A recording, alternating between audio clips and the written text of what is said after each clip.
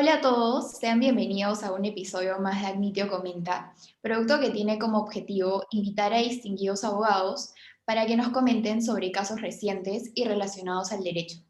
En el episodio de hoy conversaremos sobre el reciente fallo del Tribunal de Arbitraje Deportivo, TAS, por sus siglas en francés, en el caso Alianza Lima. Para ello nos acompaña el doctor Jaime Talledo de Lama, quien es abogado por la Universidad de Piura. Realizó los estudios de doctorado en la Universidad Rey Juan Carlos I de Madrid, España, y los estudios de Derecho del Fútbol en la Real Federación Española de Fútbol y la Cátedra de Derecho Deportivo en la Universidad Rey Juan Carlos I. Es socio de Serpro Abogados y Consultores y socio fundador y managing partner de New Sports Law Boutique Jurídico Deportiva. Doctor Talledo, muchas gracias por acompañarnos. Al contrario, muchas gracias a ustedes. Un saludo. Bueno, como es conocimiento, el pasado 17 de marzo del 2021, el Tribunal de Arbitraje Deportivo decidió estimar el recurso de apelación interpuesto por el Club Alianza Lima contra la resolución del Tribunal de Concesión de Licencias de la Federación Peruana de Fútbol. Asimismo, determinó sancionar a la Asociación de Fútbol Club Carlos Stein con una deducción de los puntos en la tabla de posiciones acumulada de la Liga 1 de la temporada 2020. Entonces, doctor Talledo, a efecto de conocer las características de la jurisdicción en materia deportiva, así como las implicaciones y alcances que estas decisiones arbitrales tienen en sede nacional, si pudiera explicarnos en primer lugar qué es el TAS y cómo funciona. Bien, el Tribunal Arbitral del Deporte, el TAS, es un tribunal, es el máximo tribunal en materia deportiva que existe a nivel mundial y funciona de manera independiente a cualquier organización deportiva. Si bien es cierto, fue creada en los años 80 por el Comité Olímpico Internacional, luego se encargó a una entidad vinculada a su gestión. Lo cierto es que de ahí en adelante se desvinculó absolutamente del Comité Olímpico Internacional para ampliar sus actuaciones, ¿no? Y ser el máximo ente jurisdiccional, digamos, en materia deportiva a nivel mundial.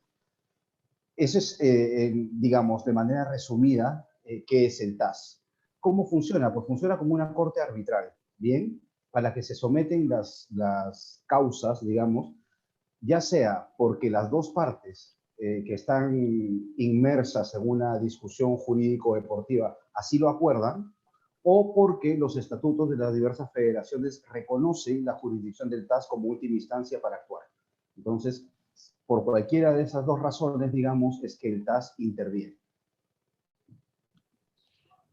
Bueno, ahondando un poco más sobre el TAS, ¿qué otros casos importantes se han llevado frente a este tribunal y han sido objeto de su decisión?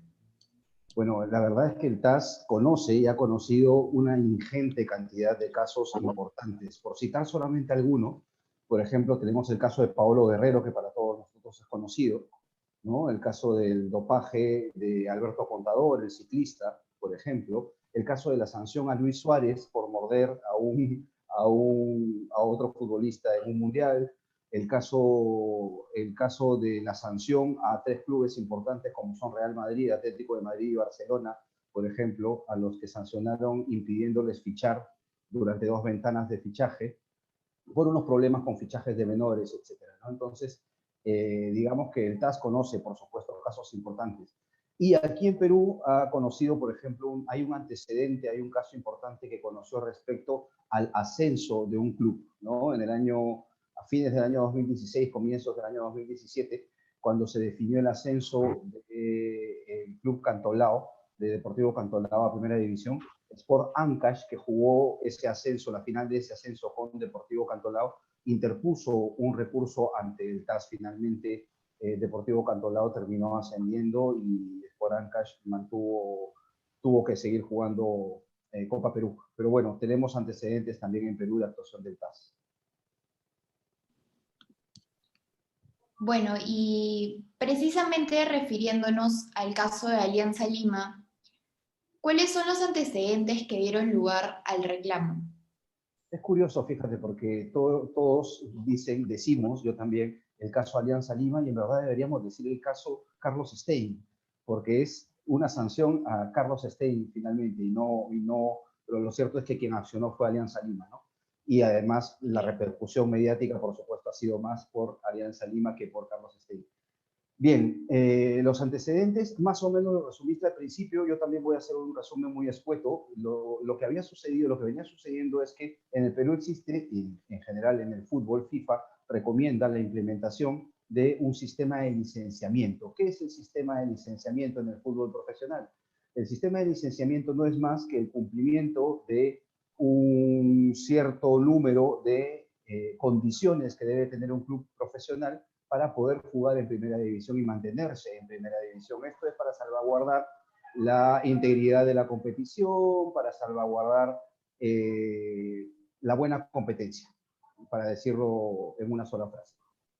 Bien, lo que sucedió fue que durante la temporada pasada Carlos Stein incumplió repetidas veces el cumplimiento de estas condiciones que otorga la licencia, ¿no? O que se deben cumplir para otorgar la licencia. En una de esas infracciones, la Comisión de Licencias de la Federación Peruana de Fútbol no sancionó a Carlos Stein con quita de puntos, como según la letra del reglamento debió haber sido, sino que lo sancionó con una multa. Bien, esto es por no haber demostrado el pago a sus trabajadores durante el mes de octubre del año 2020, porque entre las condiciones que pone el licenciamiento está que los clubes tienen que demostrar haber cumplido con sus obligaciones económicas, laborales, en este caso, a sus trabajadores, fundamentalmente los jugadores, cuerpo técnico, administrativos, etcétera, y Carlos Stein no lo hizo, ¿no? Pero, insisto, no era la primera vez durante el año, durante el ejercicio de esa licencia, que Carlos Stein no lo hacía. Entonces, fueron sancionados con una multa. Alianza Lima entiende que no correspondía una multa, sino que lo que correspondía era quita de puntos y por lo tanto reclama, ¿no? En principio su reclamo es desestimado. Se le dice incluso que no tiene legitimidad para obrar, ¿no? Y es luego el Tribunal de Concesión de Licencias quien falla y dice que no estima el reclamo de Alianza Lima, y Alianza Lima, habiendo agotado la vía interna, acude al Tribunal Arbitral del Deporte TAS, ¿no? Que es el laudo que hemos conocido, ¿no?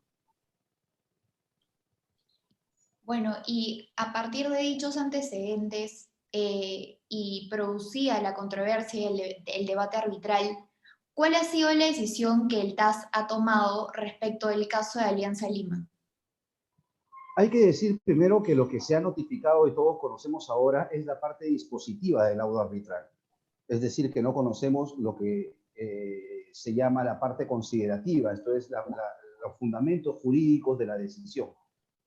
Esto es una forma normal de proceder en el TAS, ¿no? O sea, te notifican primero la decisión, el laudo, y luego tiene el Tribunal Arbitral 3 meses para notificar la fundamentación jurídica de esta decisión. Bien, entonces nosotros solamente conocemos el fallo en sí mismo, la parte dispositiva. Y lo que dice el fallo son 3 cosas, fundamentalmente. La primera, que Alianza Lima sí tiene legitimidad para obrar en este caso, ¿no? La segunda, que se debe sancionar a Carlos Stein con la quita de 2 puntos en la tabla acumulada de la Liga 1 de la temporada 2020, ¿no? Y tercero, se condena al perdedor, en este caso, la Federación Peruana de Fútbol, a pagar las costas del proceso, ¿no? Esas son las 3 cosas que dice el laudo arbitral, ¿no? Entonces, teniendo en cuenta el fallo tomado y el reciente comunicado emitido por la Federación Peruana de Fútbol, en donde se menciona que Alianza Lima jugará la Liga 1 y el club Carlos Stein jugará la segunda división, ¿de qué manera se reflejan en la realidad nacional, en nuestro ambiente deportivo, la decisión del TAS y en concreto qué tendría que hacer la Federación Peruana de Fútbol y Alianza Lima? Es súper interesante, fíjate, porque el día que sale el fallo, ¿no? No quedaba duda entre los que nos dedicamos a esto y en general los que estaban interesados en el tema, no quedaba duda de que había que acatar el fallo del TAS, porque los fallos del TAS son de aplicación inmediata, ¿no? La Federación Peruana de Fútbol ha reconocido al TAS como última instancia y por lo tanto tiene que aplicar de manera inmediata el fallo. Entonces no cabía duda respecto a que se iba a acatar el fallo. De hecho, la Federación Peruana de Fútbol ese mismo día sacó un comunicado, ¿no? De lo que teníamos dudas todavía era sobre cómo se iba a aplicar ese fallo, es decir, cuáles iban a ser las medidas a implementar en el sistema jurídico, en el sistema de la Liga 1, para poder implementar ese fallo que acababa de salir, ¿no? Porque, insisto, el fallo lo único que dice es que hay que restarle 2 puntos a Carlos Stein de la tabla acumulada de la Liga 1 de la temporada 2020.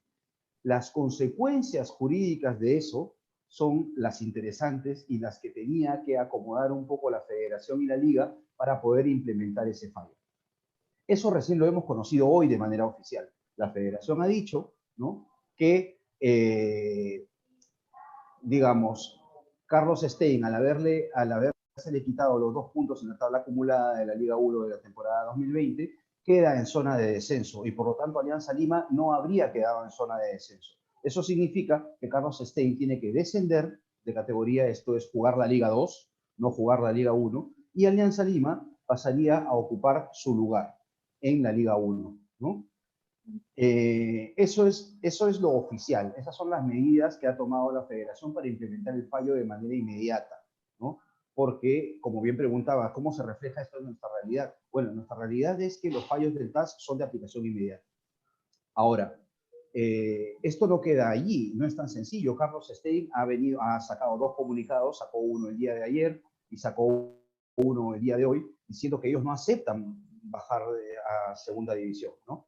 Ellos quieren mantener su puesto en la primera división, han elaborado allí unos argumentos jurídicos también para decir que tienen que quedarse en primera división y que es, digamos, un poco, para resumirlo, su derecho quedarse en primera división, ¿no? Y en verdad, lo que viene de aquí en adelante va a ser nuevamente, auguro, supongo, una pelea en tribunales nuevamente, ¿no? Una pelea en tribunales, ya no por la sanción, porque el fallo del TAS es inapelable, ¿bien? Sino por las consecuencias de lo que la federación ha implementado ahora como medidas para acatar el fallo del Tribunal Arbitral del Deporte. Claro. Y bueno, también como sabemos, el club Carlos Stein, que fue al que se le quitó los 2 puntos de la tabla de posiciones acumulada de la Liga 1 de la temporada 2020, a este club, o bueno, la decisión que se ha tomado, podría servir como fundamento para interponer una demanda por daños y perjuicios.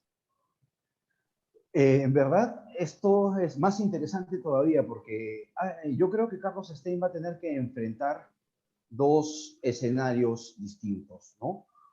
Uno, el primero es el que estoy vislumbrando por la posición que han tomado de no aceptar las medidas que está implementando la federación. Esto es que ellos desciendan, ¿no? Al no aceptarlo, van a tener que enfrentar allí un escenario. Ya no, insisto, apelar la decisión de la sanción. La sanción está bien dada y es inapelable, sino el hecho de mantenerse en primera división, ¿no? Ese es el primer frente que ellos van a tener que acometer.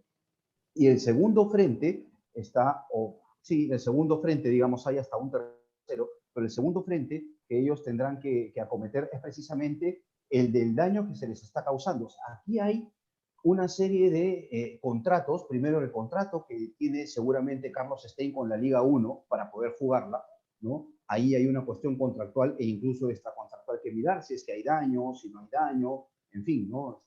Hay una cuestión bastante interesante jurídicamente que discutir.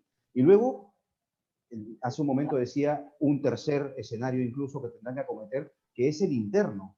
Es decir, el daño también contractual y extracontractual que pueda tener con sus propios trabajadores, por ejemplo, ¿no? Ha contratado jugadores para jugar Liga 1 y estos se han comprometido a jugar Liga 1. ¿Qué sucede ahora? ¿Quedan libres? ¿Quién los va a contratar si son jugadores de primera división, ¿no? Y la liga ya comenzó. Entonces, hay un escenario jurídico muy grande, muy amplio, muy tormentoso, ¿no? Y difícil de acometer. Si a mí me preguntan, si me preguntaran, ¿Carlos Stein puede iniciar una acción, incoar una acción indemnizatoria? Yo lo intentaría. Yo lo intentaría. Habría que hilar muy fino en los argumentos, habría que saber enfocar por dónde y ante quién, ¿Y quién sería el demandado? La federación, la liga, en fin, hay que tener en cuenta que Carlos Stein está apelando a la aplicación de una confianza legítima, ¿no? Que le dio la federación. Bien, entonces, claro, aquí habría que mirar hasta qué punto esa confianza legítima ha sido defraudada ahora por la sanción que se le impone, quién es el culpable, digamos, entre comillas, ¿no? Y qué acciones indemnizatorias corresponderían, pero sí, yo lo intentaría, sinceramente lo intentaría. Bien. Bueno, doctor, eso ha sido todo por la entrevista. Le agradecemos muchísimo por haber aceptado esta invitación y la verdad que ha sido una conversación muy amena y muy interesante. Al contrario, un placer, muchas gracias a ustedes, un saludo. Gracias.